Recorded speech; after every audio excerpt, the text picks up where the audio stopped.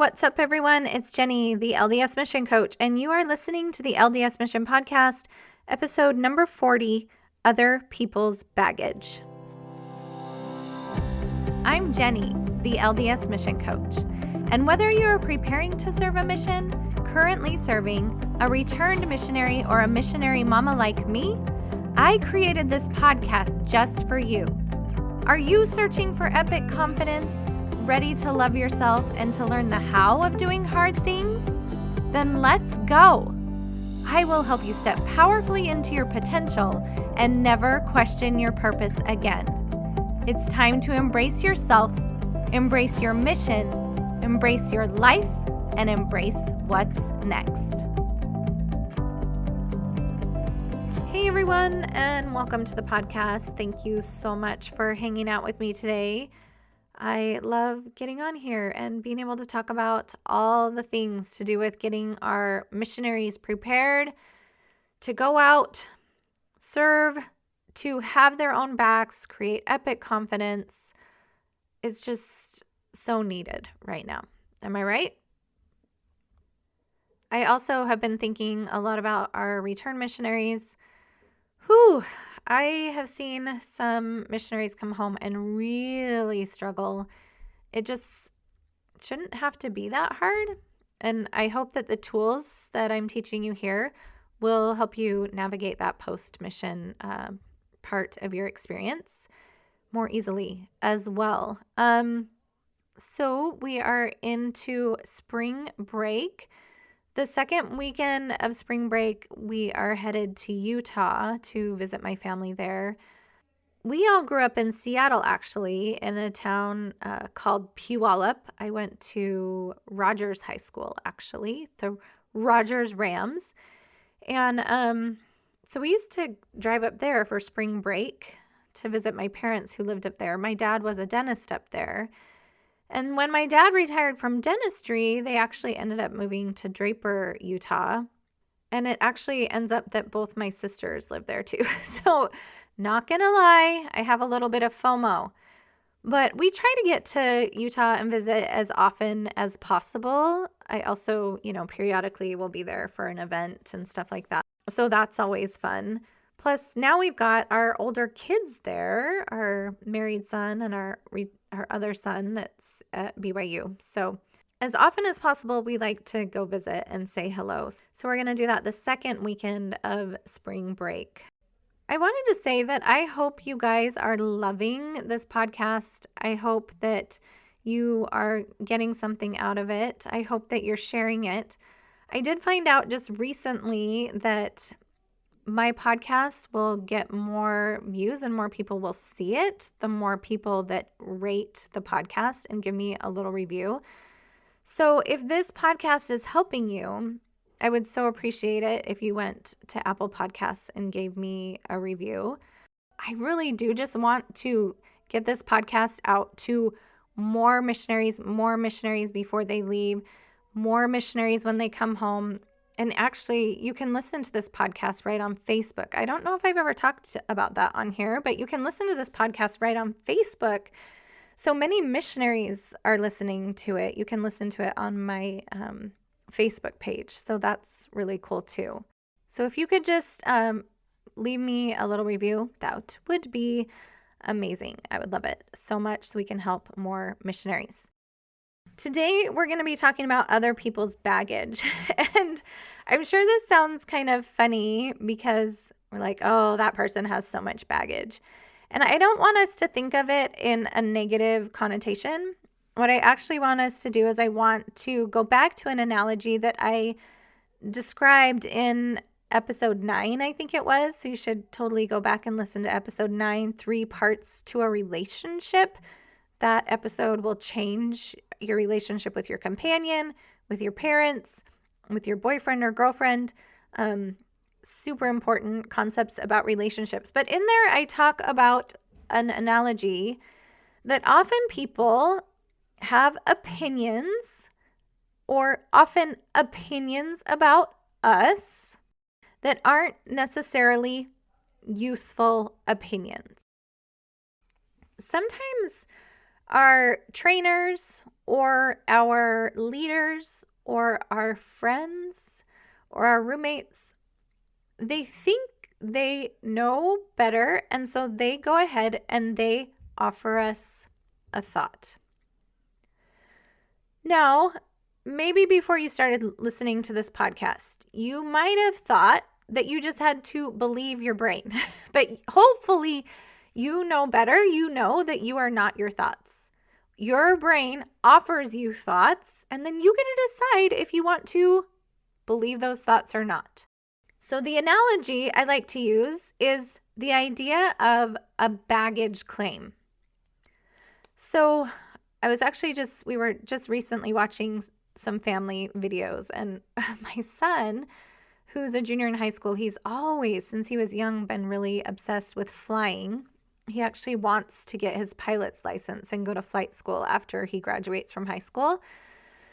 Anyway, we were just watching a home video of him, and he, when he was younger especially, loved to be the one to get the bags off the baggage claim. And so we would just let him, all 5 kids, and my husband and I would just let him get the bags because he loved it so much. But the way that I like to use this analogy is that other people's thoughts are sort of like the suitcases or the baggage on a baggage claim. And when someone offers you a thought, you have the ability to observe the thought, to kind of either make it your own thought, believe that thought, or to just let that thought go on by.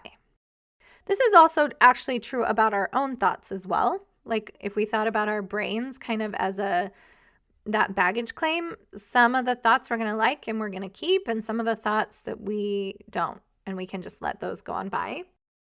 But you definitely don't have to believe everything your brain tells you. You don't have to grab everything that comes off of that baggage claim.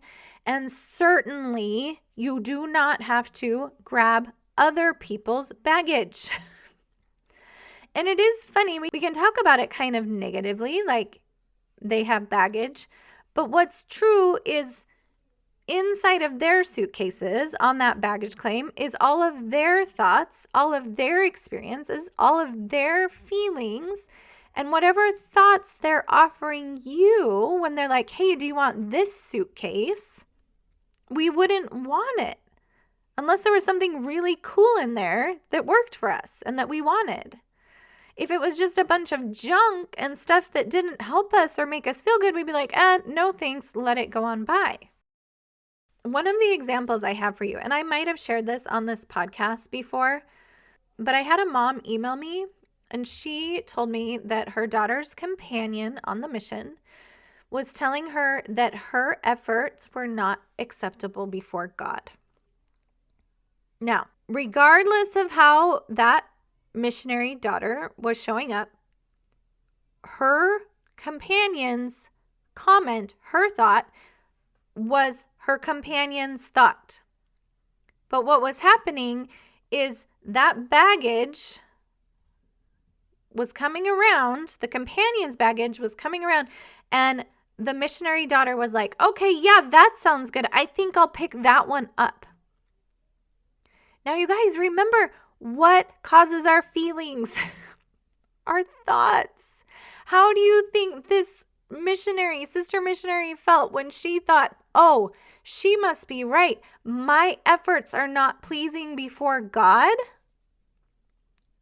Of course she felt terrible. What she didn't realize is she had the ability to let her companion even think that. That was about her. That's her baggage going around, and she didn't have to pick it up at all.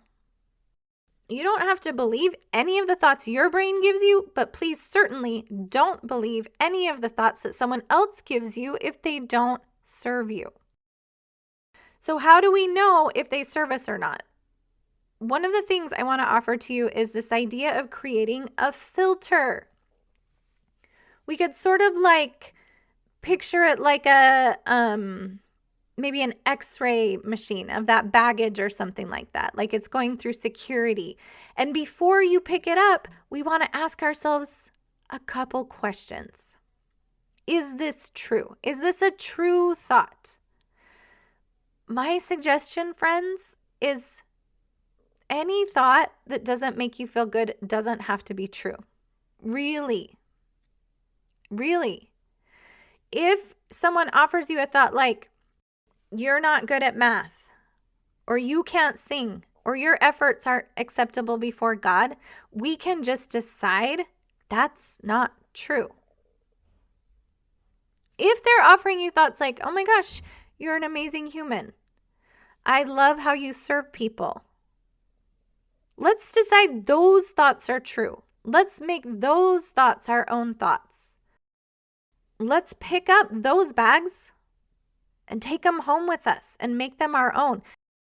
The sentence, actually, friends, that their brains offered, the thought that their brains offered them, is not actually the truth about what is actually happening.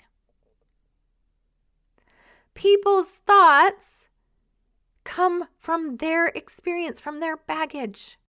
They see their mission, they see their life through a certain lens that they've created.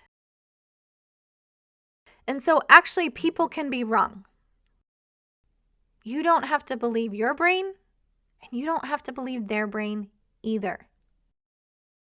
The second question I want you to ask yourself is, does this thought serve me? How do we know if a thought serves us or not? This is how I figure it out, right? Thoughts create feelings. And if I think that thought, like I really sit with that thought, and it creates an emotion that I like, it's a great thought. It serves me. It keeps me going in the direction I want to go. But if it doesn't, if it creates emotions that I don't like, I don't pick it up. It's not a thought that serves me and gets me going in the direction that I want to go. Here's what's true, friends. Even people who seem like they should know, like your sister training leader, right? Or your zone leader, they don't always know. Again, their thoughts are skewed or changed or viewed through a certain lens. And it's entirely okay if someone says, your efforts are not acceptable before God, for you to say, you're wrong. That's not true. And this brings me to a couple thoughts that you can use to combat other people's thoughts, other people's baggage. Tell yourself right off the bat, like, oh, so interesting. They think that way. They're just wrong. The other thing I sometimes tell myself is, you know what? They don't understand. And that's okay. I had one missionary I was talking to who said that the zone leader was just like so harping on goals and really kind of bringing them down if they weren't meeting their goals and all of this. And I was just like, yeah, but can't we just like find a little compassion for him? Like, he doesn't understand how to do it any different. And that's okay. We don't need him to understand, and we don't need other people to understand, as long as you understand you. I had this experience. My second son served a mission in Australia for 7 months before COVID. Then he came home for 5 months, and then he ended up serving in New Hampshire. And so that was a really hard and challenging, very challenging experience. Hard going out to all of the missionaries who've served during COVID in any way, shape, or form. But I remember talking to someone from my stake around the time that he was coming home from his mission. And he just said something like, it's just so sad that he's not having the mission that he was supposed to have. And I didn't say this to that person, but in my mind, I was like, you know what? He's wrong. And it's okay that he doesn't understand. It's okay that he doesn't understand that maybe this is the exact point of his mission. Maybe my son is learning the exact things that he needs to learn. And I took that person's bag. I saw it go by on the baggage claim. And I thought to myself, the two questions, like, is this even true?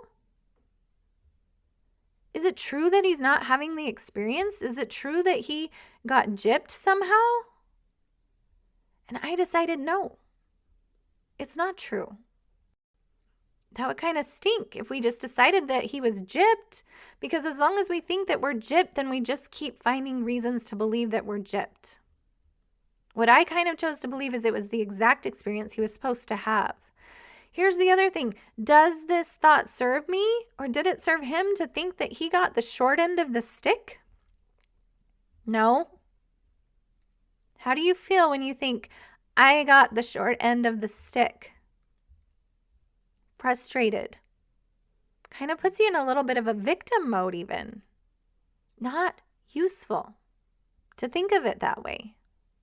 To think I got gypped, or I got the short end of the stick, or my mission wasn't the way it was supposed to be. And so we just had faith, and we kept thinking, this is exactly how it's supposed to be. I just let that bag roll on by on the baggage claim. I thought of one more analogy that I want to share with you on this with other people's baggage and not having to adopt their story. For whatever reason, I started thinking about the one time when I was walking in the parking lot and I accidentally got into the wrong minivan. I don't know how much I've talked about it on here, but I drive a white minivan. My kids are far too old to need a minivan, but I just love the minivan. It has the best sound. It has the best heated seats. It has the best room for luggage, for our trips to Utah, all of that.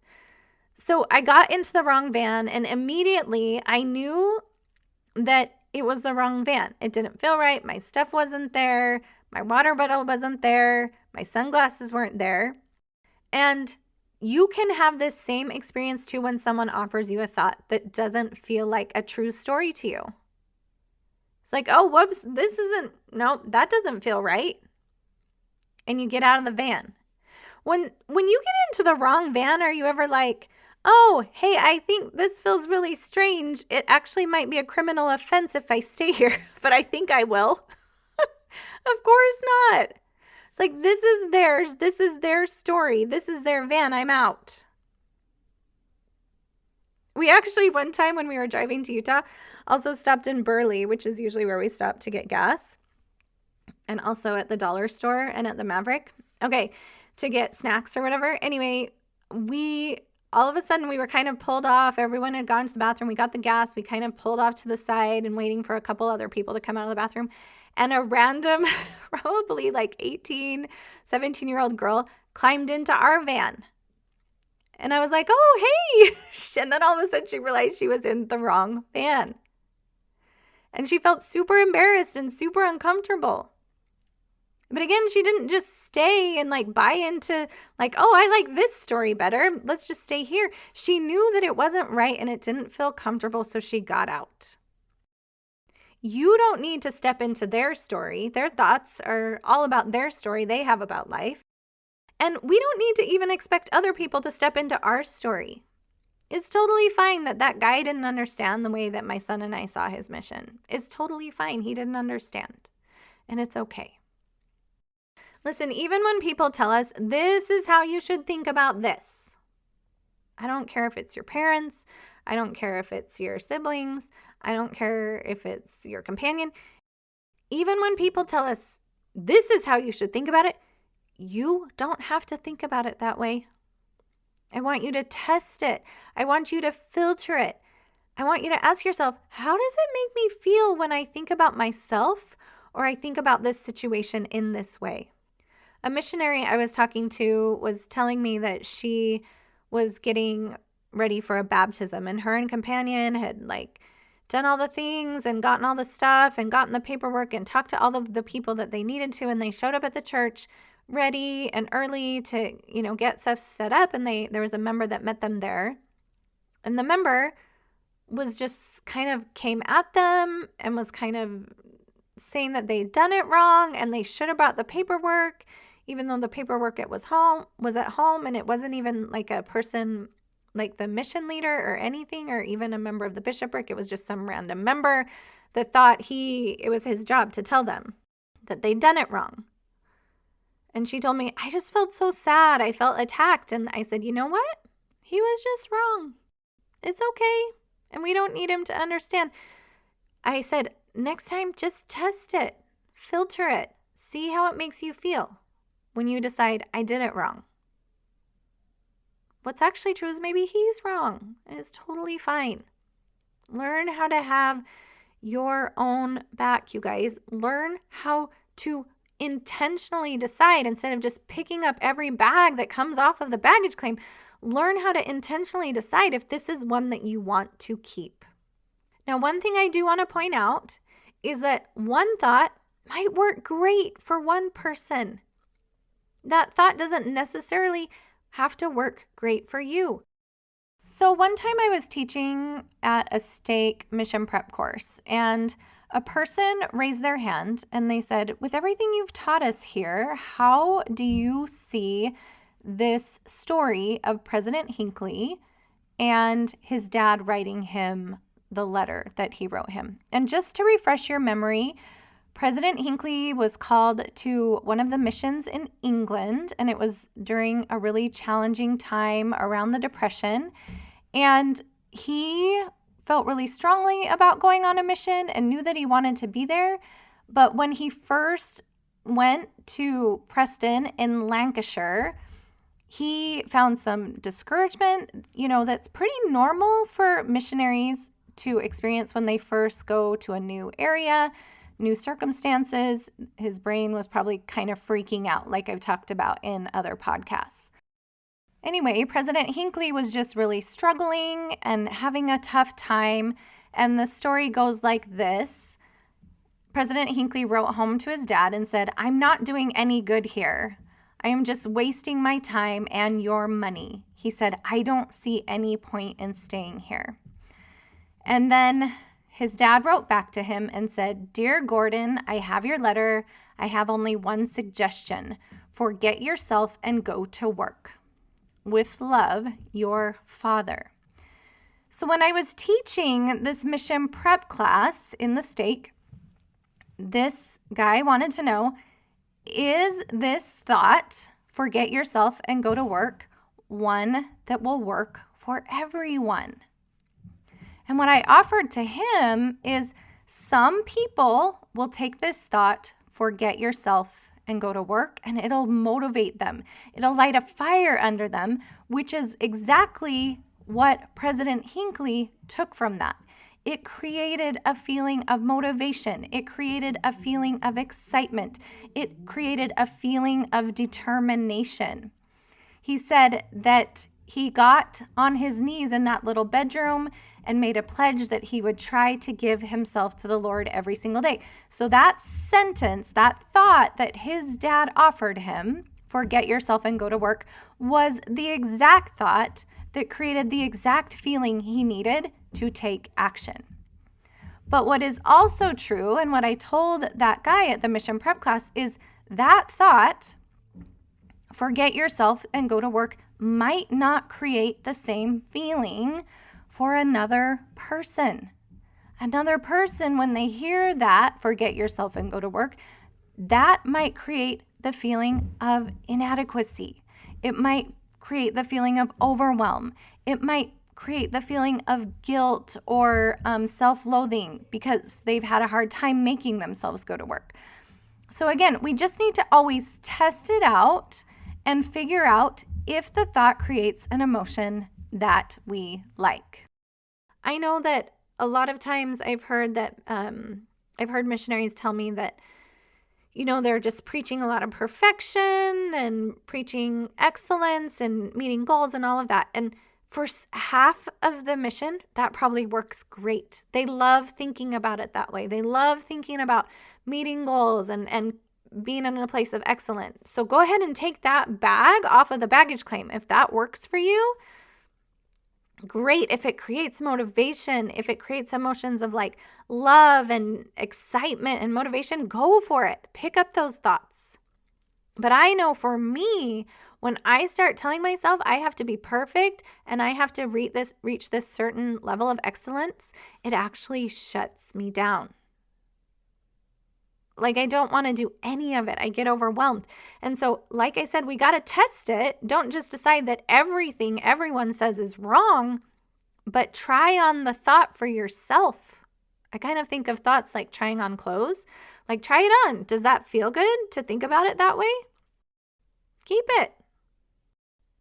If it doesn't, let the baggage roll on by. All right, you guys, I just really want you to be empowered to not believe your brain, and for sure don't believe other people's brains. That their baggage just tells us about them, about their own experience.